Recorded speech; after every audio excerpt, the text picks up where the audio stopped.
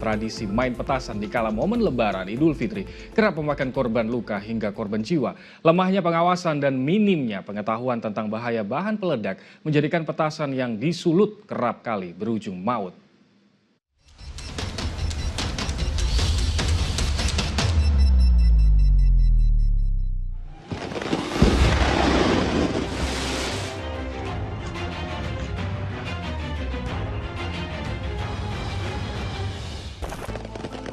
Petasan di momen Lebaran setiap tahunnya kerap kali memakan korban. Bukan hanya timbulkan luka, tapi juga hingga merenggut nyawa. Rumah tempat bernaung pun ikut terdampak. Pada malam takbiran Idul Fitri 30 Maret 2025 lalu misalnya, ledakan petasan menghancurkan bangunan rumah di Dusun Kakakrejo, Kecamatan Ponggok, Blitar, Jawa Timur. 4 remaja yang diduga tengah meracik petasan itu menjadi korbannya. Keempatnya alami luka bakar serius. Sementara di Tulung Agung, Jawa Timur, petasan yang dibawa balon udara terlepas dan menimpa mobil serta rumah warga. Kuatnya ledakan petasan juga mengakibatkan 1 orang alami luka bakar. Balon udara dengan petasan itu rupanya diterbangkan untuk merayakan Lebaran oleh sejumlah remaja dari Desa Ngadisuko di Trenggalek atau berjarak 500 meter dari lokasi kejadian. 7 orang ditetapkan polisi menjadi tersangka kasus ledakan petasan yang merugikan orang lain tersebut.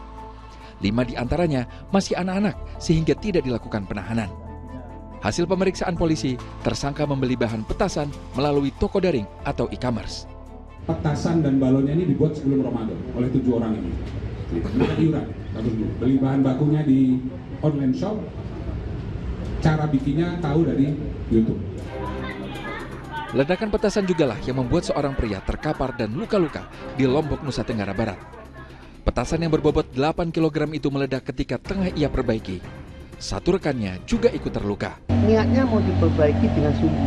Sumbunya mau dimasukkan lagi karena nggak mentok sambil dipukul.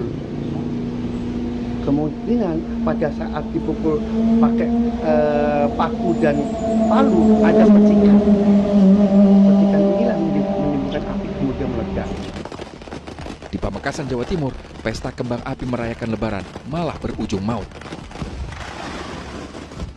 Seorang penonton kembang api tergeletak di tanah usai bagian wajahnya terkena percikan api petasan. Korban tewas akibat alami luka pendarahan. Yang penyangga